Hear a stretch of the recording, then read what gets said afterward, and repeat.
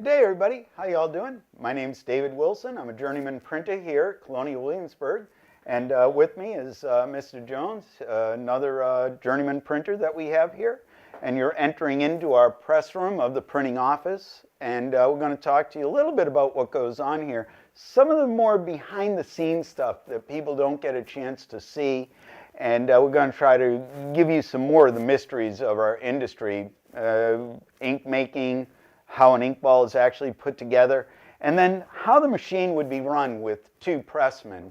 And that's kind of where we're going to go with this today. Today we're working on using a newspaper we started setting before COVID, and we're just getting to it within the next month or two. So if you come and visit us by midsummer, we're probably going to be doing this.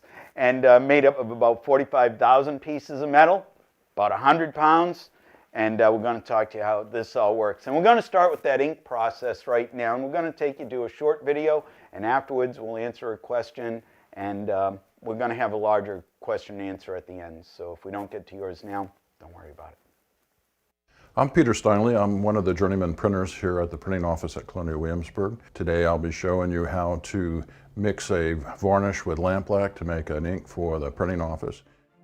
Flax is grown in Virginia for fabric production, but flax can also be grown to produce seeds.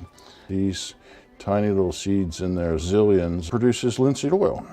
And that's one of the components that we have used here to make a varnish. This is just a straight linseed oil. It doesn't really have any tackiness, great for paints. Problem is it tends to dry very slowly. So we need something that's a little stickier. This is about half pine rosin. Pine rosin is a solid pine sap. This has been boiled with the linseed oil, and that linseed oil and pine rosin makes for a sticky base that we can put pigments in. Not particularly happy with this particular varnish that I made outside of town. It could be a little stickier. Let me show you a varnish that is essentially the same as what I have there, but the difference is it was set on fire. That with pigment in it would probably be a little bit too strong for us. We want it to stick to the paper. We don't want it to shred the paper. So I'll add a little bit of this older varnish.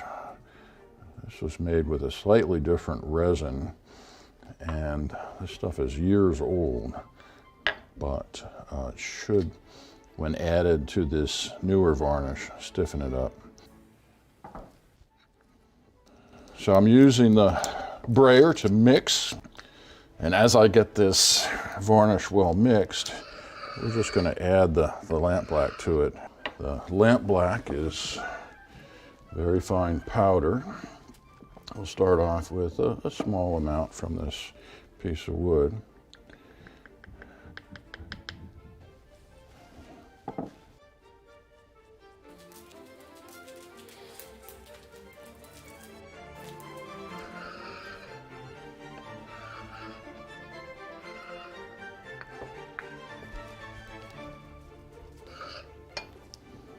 Let me show you what we have thus far.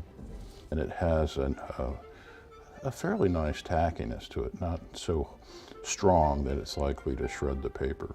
We're going to take this ink over to the ink block at the press, and we'll use it today with what we're printing.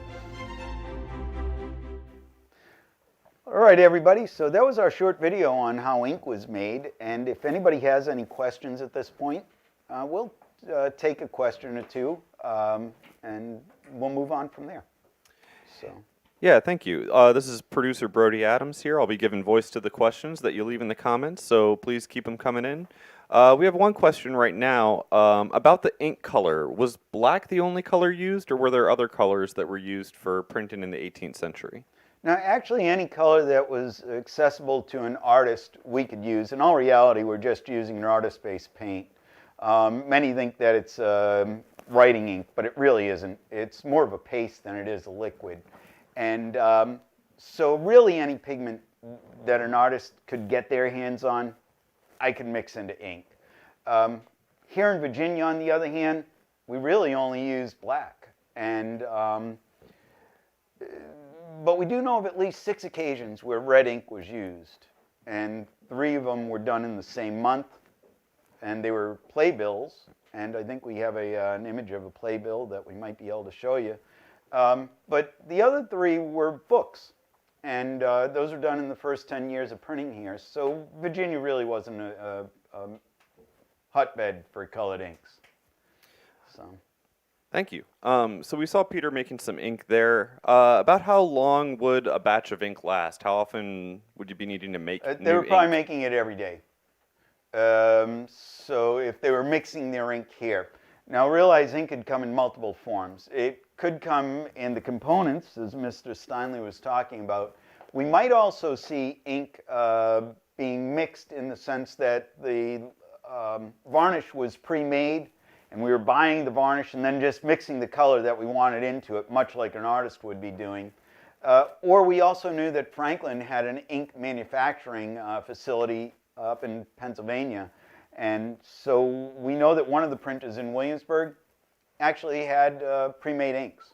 So he would have had big vats, and just like oil-based paint, you're going to have to scrape off that thick layer of skin that will develop on the top of it and get to the creamy stuff, that paste that's underneath it. And so that's kind of the thing that would have occurred. So depending upon the printer. So with that, what we're going to do is we're going to turn you over to Mr. Jones now. Mr. Jones is going to talk to you a little bit about how ink balls are made and their importance to what's going to happen next. We're going to show you a short video in just a minute that we made, pre-made, about how the ink balls are put together. But in essence, this is the ink balls. It's 2 of them, 1 for each hand. As you can see, it's just a wooden handle, piece of leather tacked on, stuffed with wool for padding. But like I say, we're going to send you to the video just so you see how they're constructed, and then in a little bit we can answer a question or two. And of course, ultimately, we're going to show you how they're used in the printing process. I'm going to be talking a little bit about ink balls, which are the tools we use to put ink on the letters. And this is actually something we have to do every morning before we get going. If you leave the ink skin on the ink ball overnight, it will dry and ruin the skin. This is essentially a brand new piece of leather that's been cut into a disc. And the first step is putting nails in. You just sort of pick a point at random and put the nail in like that, the first nail. That will continue until we have all 16 in. The next step will be to essentially prime the skin with ink. We'll flip the skin over because the ink is going to go on the outside. You can see the wool we're using here, right? Get a fairly decent mass of that. Place the handle on top of it, and of course we want to nail the skin to the handle. And the actual nailing will be done with this tool, which is called a sheep's foot.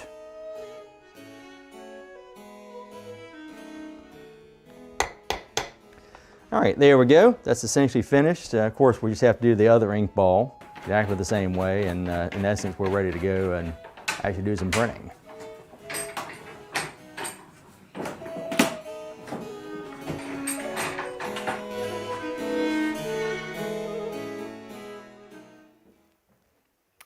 Alrighty, so there's a little brief introduction of how ink balls are assembled. Again, they have to be done every day. But anyway, if there are any questions about that, then fire away. We'll answer a couple questions. Yeah, Chad, could you tell us where does the wool that you're making these ink balls out of come from? Are they from the Colonial Williamsburg sheep, or do you get it from other sources? Well, it's funny. For years and years, we used the wool from the sheep in town. You may or may not be aware, but we have a rare breeds program. And the breed of sheep we have in town is called the Leicester Long Wool. It's based on a sheep that was developed in Leicestershire in England. And as the name implies, it has a nice long wool staple, the nice long fiber in the wool, which is great for spinning and weaving. And we use it for years without really thinking much about it, but it tends to mat up. You'll see in a minute how the ink is pounded onto the type or beat onto the type. And you have to be constantly teasing it back out so it mats up very quickly. It doesn't fluff out very well.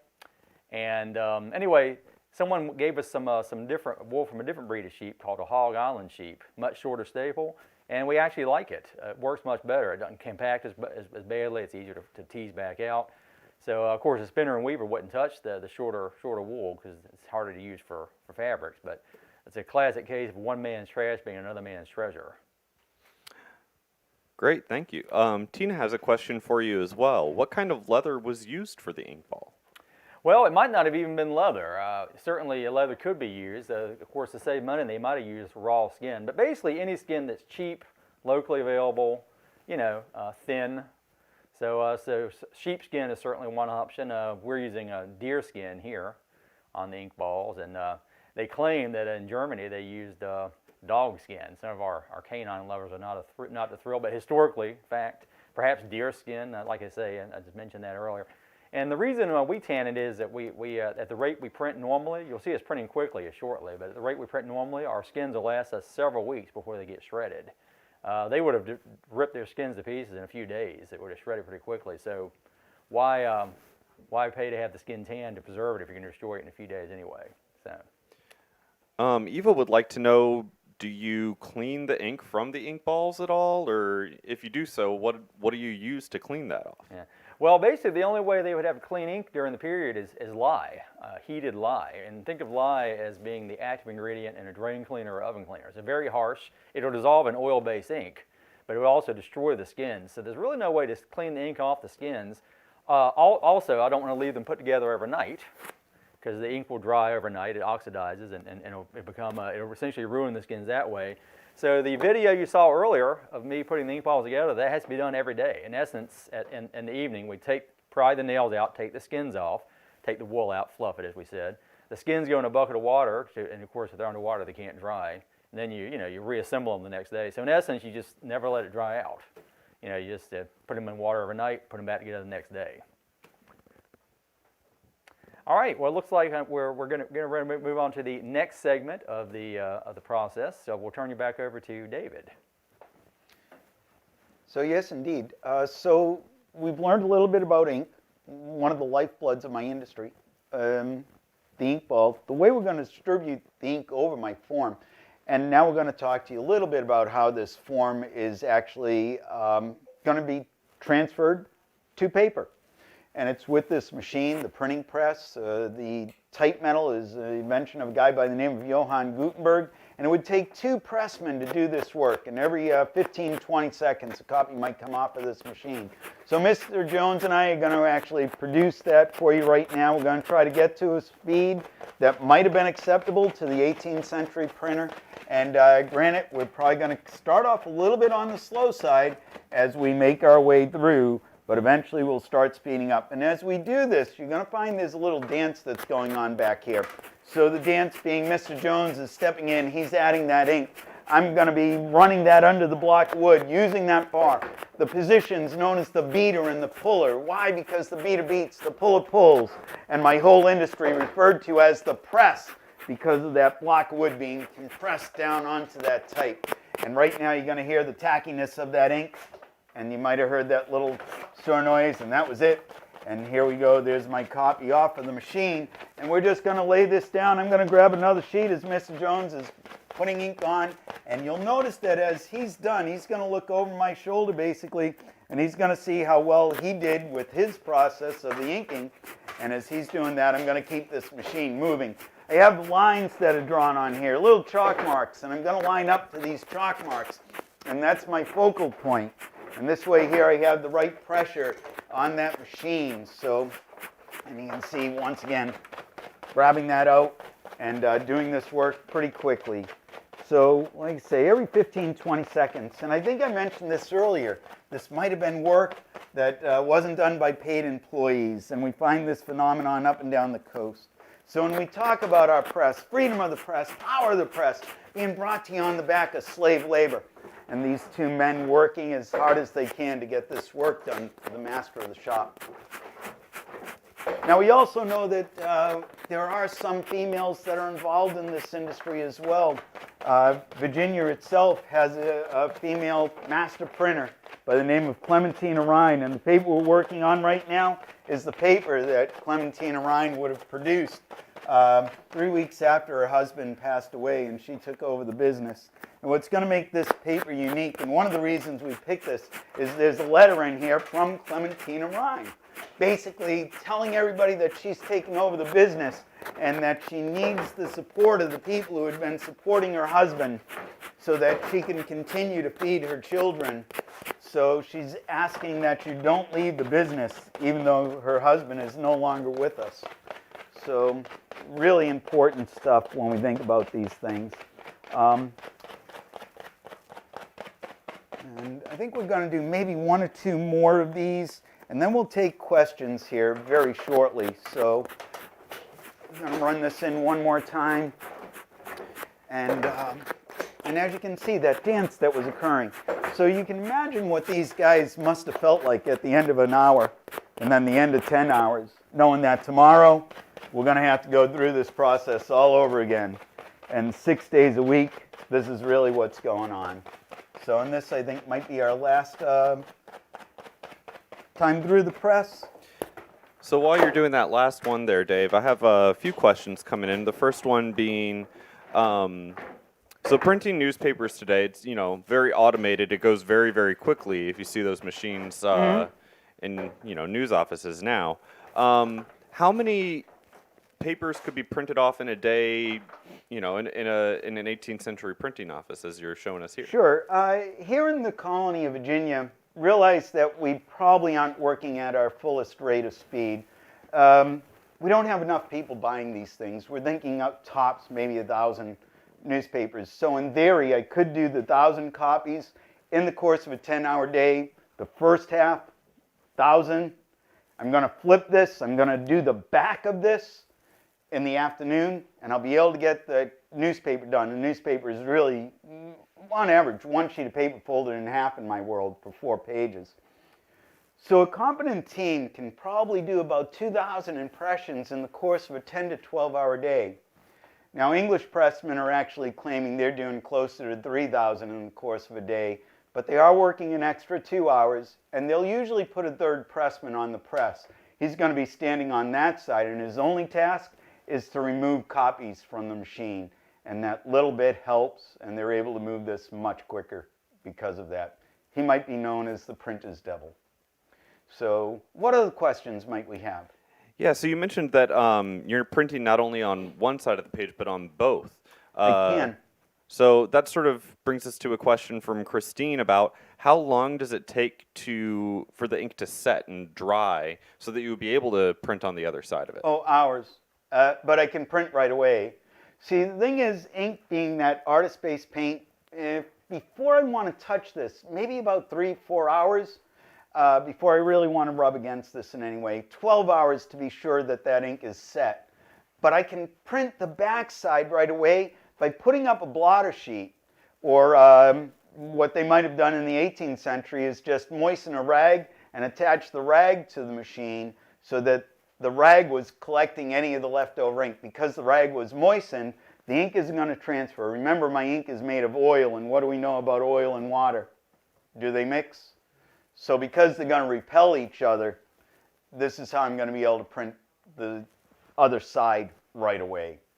And over in England, they might have had 2 presses running their newspaper. One is doing the first side and maybe running for a half hour, building up some stock, and then that'll be brought over to the second press that's now doing the backside. And this way they can get that thing going, moving, and maybe do the 3,000 newspapers that they were doing in the course of a day. Yeah. So what other questions might you have?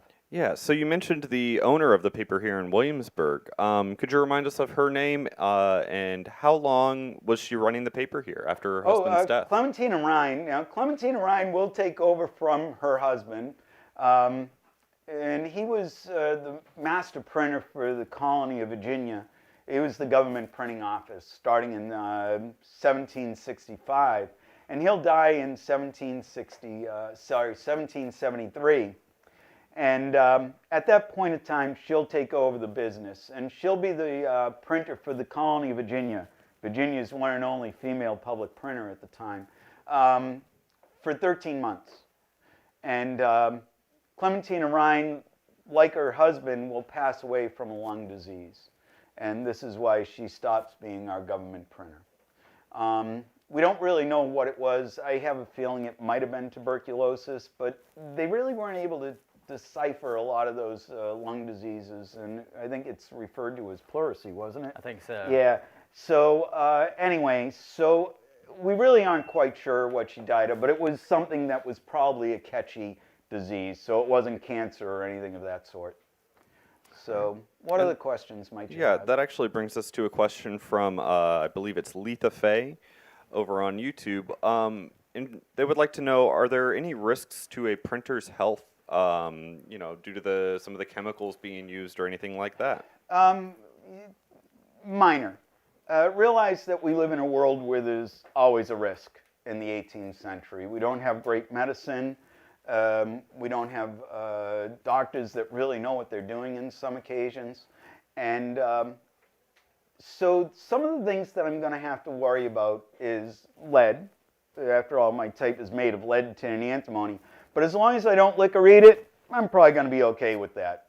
There is going to be minor pieces of lead dust floating around. But once again, as long as I keep my hands clean, I should be okay. Printers don't always do that.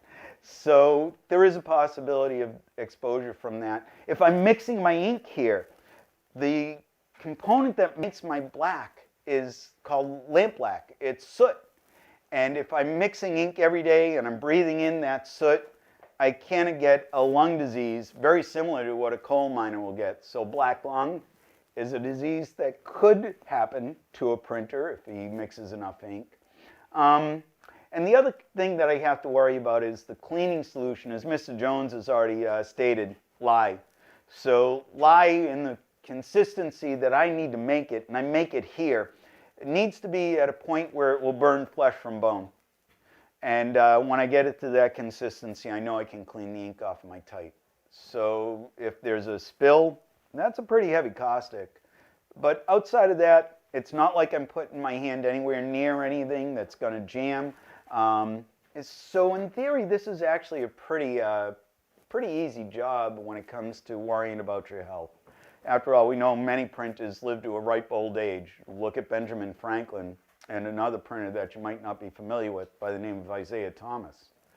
And these guys lived rich lives and made lots of money in this industry and lived into their 80s, so, which was unusual for the time period. Yeah. All right. So what's the next question? We've got a question for Chad here. Okay. So making those ink balls, it looked like it could be a potentially messy job. How do you get the ink off your hands? Lye soap. Now remember, straight lye, as Dave was saying, very caustic. It could be like bathing your hands in drain cleaner. But they would actually render it into soap. You mix it with animal fat, cook it, basically render it into soap, which sort of cuts it down some. Still kind of harsh on your hands compared to modern soap. But yeah, if you get any ink on your hands, you should be able to get it off fairly easy with lye soap. Keep in mind though, the longer you work here, I've noticed this, the longer you work here, the less ink you get on. You develop ink avoidance strategies. So you can always tell the new guy because he's one that has ink all over him. So, but definitely you could use lye soap. So.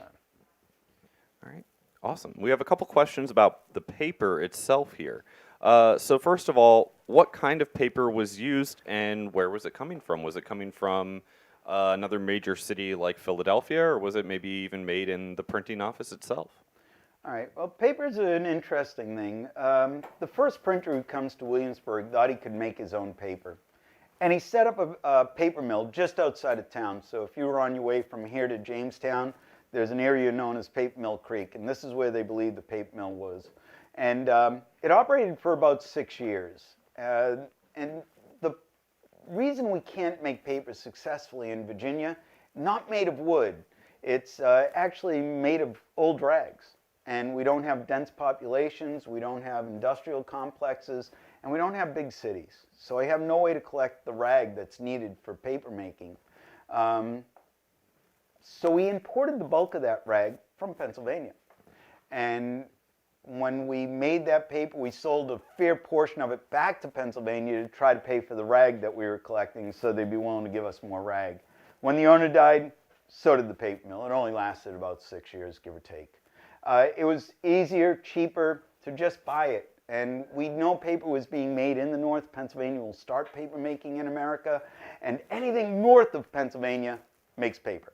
So we were seeing papers come in from New York and Philadelphia. And most of our stuff probably made in Europe and coming in through English ports. So that's really where we would have got a lot of that from. All right. We have a couple of questions here about the press machine itself. Sure. Is the machine you're using original? No, this one was built in 1950. This is actually the second press or second generation of press that was made for the historic area. These presses are really rare. You know, starting in about the early 1400s to today, there's only 80 of them left, known as wooden presses. So that's a long time period throughout the entire world, only have 80 of them. We actually have one in our collection, but it's at our museum today. And they used to use it after it was given to us and realized that they were destroying it. So we started building these. So this one, 1950, when this one was built. And not 100% accurate. We do have another press on our floor that's copied from an original or a couple of originals and actually made by the craftsmen here in front of the public. And that one is probably as close to an original press as you're going to find being made today. So, and that one was made in 1990s was when they finished it. So next question. So have you ever measured the amount of pressure that the machine is actually exerting as you press these papers? We have not.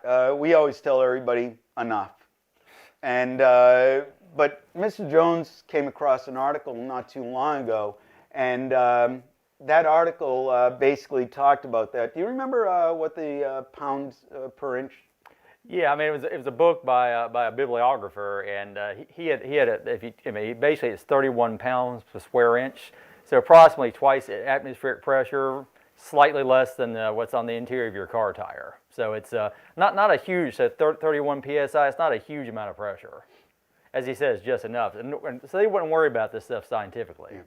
See, for us, what we're trying to do is get all our letters to work so that they were all working uniformly, and realize that this type is used over and over again for about 3 to 4 years, and as we use it, it wears. So sometimes we might have letters that are different heights. And if I've got a letter that's standing too proud, I need to basically knock it down a little bit. But what I'm trying to do is not to damage that type. So I use that soft pliable sheet you might have been watching me put up.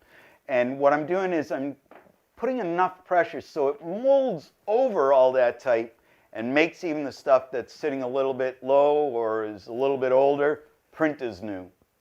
So this is why we say we put just enough pressure. And I can adjust that with simple pieces of paper in what's known as the head of the press. And that's kind of what's going on. So with each job, new pressure is actually applied. Is there any routine maintenance? You mentioned you have to replace the letters, but is there any other routine maintenance that you have to do to the machine? We oil from time to time. And basically, we use a light motor oil today. They basically say salad oil in the 18th century and earlier.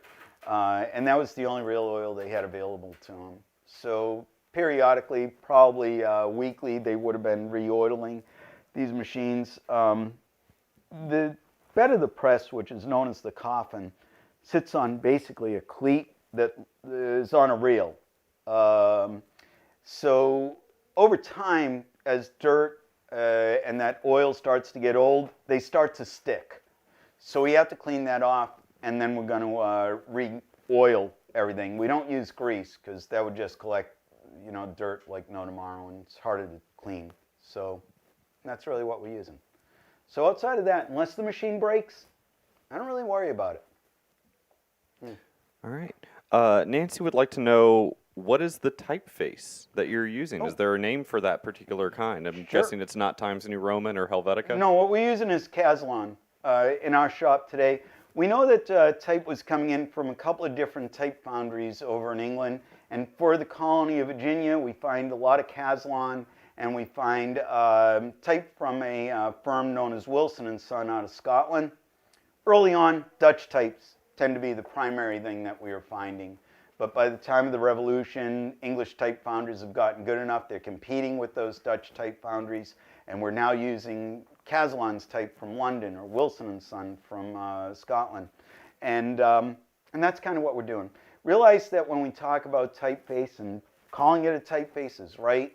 It comes in multiple styles. So in this form, I have two styles. I have Roman and italic, and I also have multiple fonts. And this is a term that we tend to misuse today.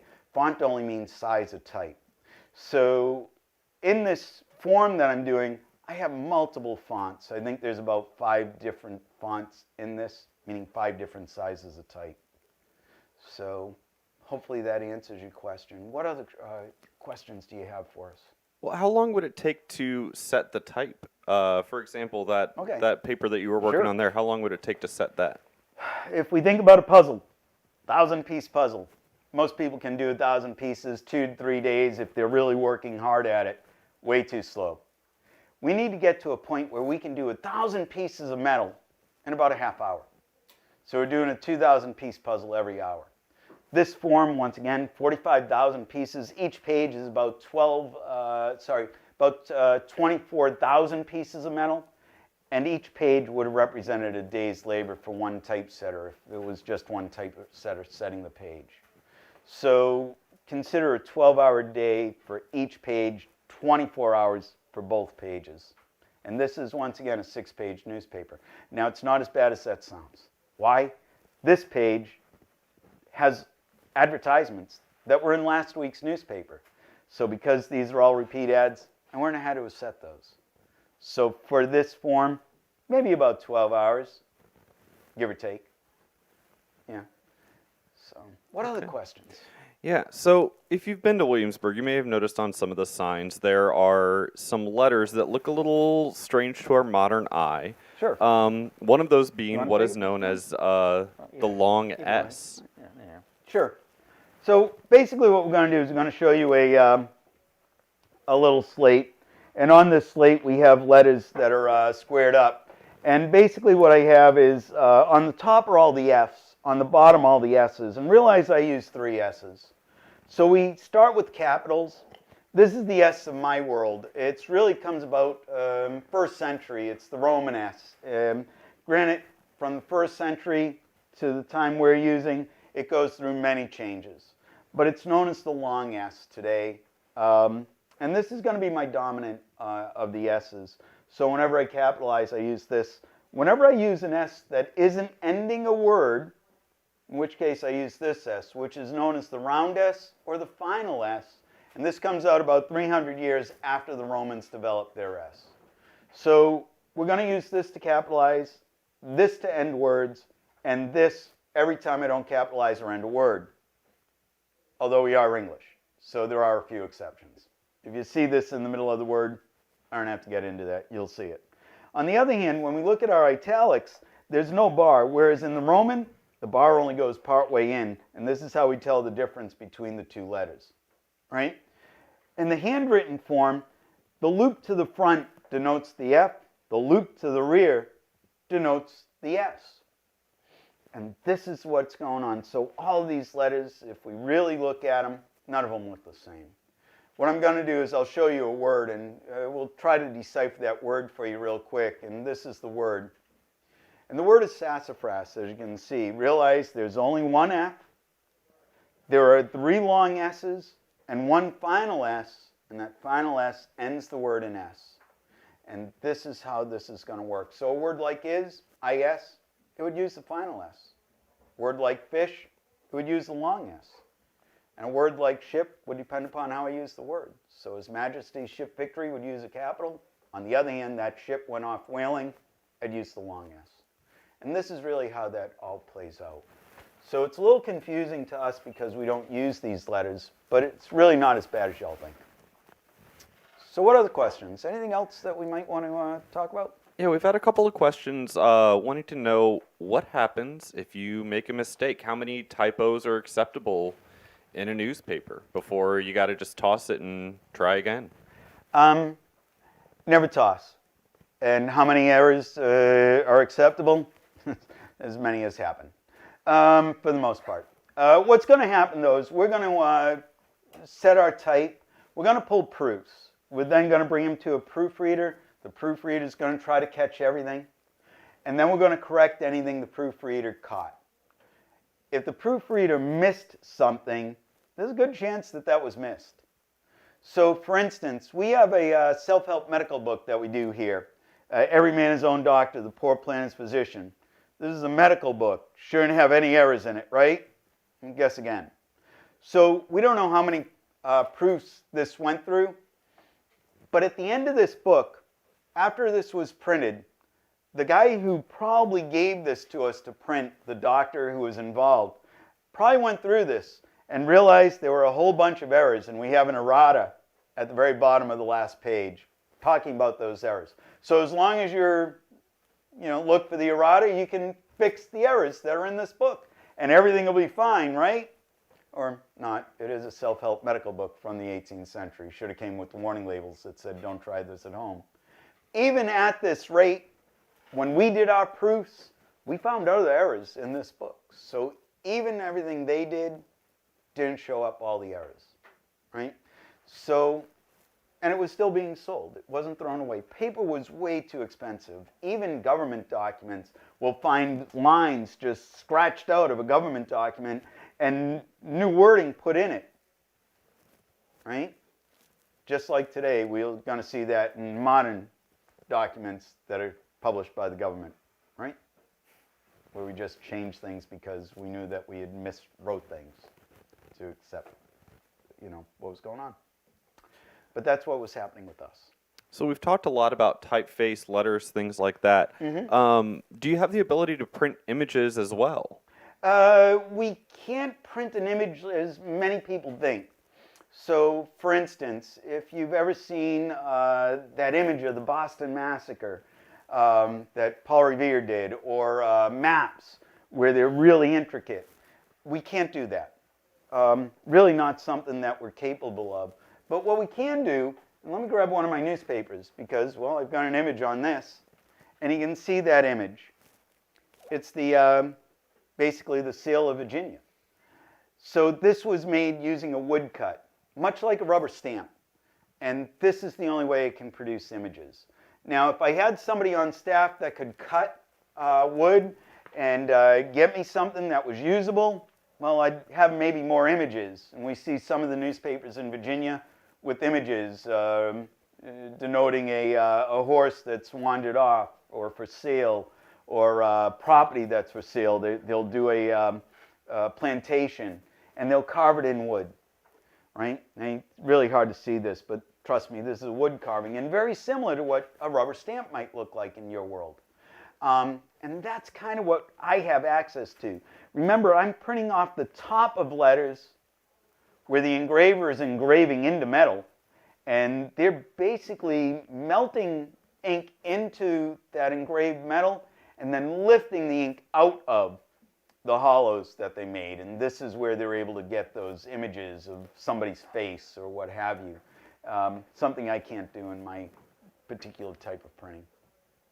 So that's another specialized trade, as so many of our trades are in this 18th century. Yeah. Well, we have just a few more questions for you all Sure. here. One of them Great being... questions, by the way. Thank you. One of them being, who would be going out and gathering information for printing offices? Was there somebody like a reporter or several reporters who worked for the printing offices, or where was it coming from? Yeah, so no such thing as a reporter yet, really. So basically what's going to happen is you're going to write letters to the editor of the paper.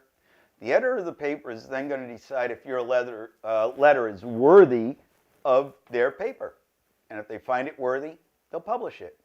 And, but a lot of our stuff is also coming in from government. So if a proclamation is written by your royal governor, you're going to publish that. If it's coming from your government, for instance, the House of Burgess sends us something, we're going to publish that. Or if something comes from Parliament or the King, we're going to publish that. That's the real news. The local stuff is written by you, but we're also going to find world news in these newspapers. And we're going to lift that out of other newspapers.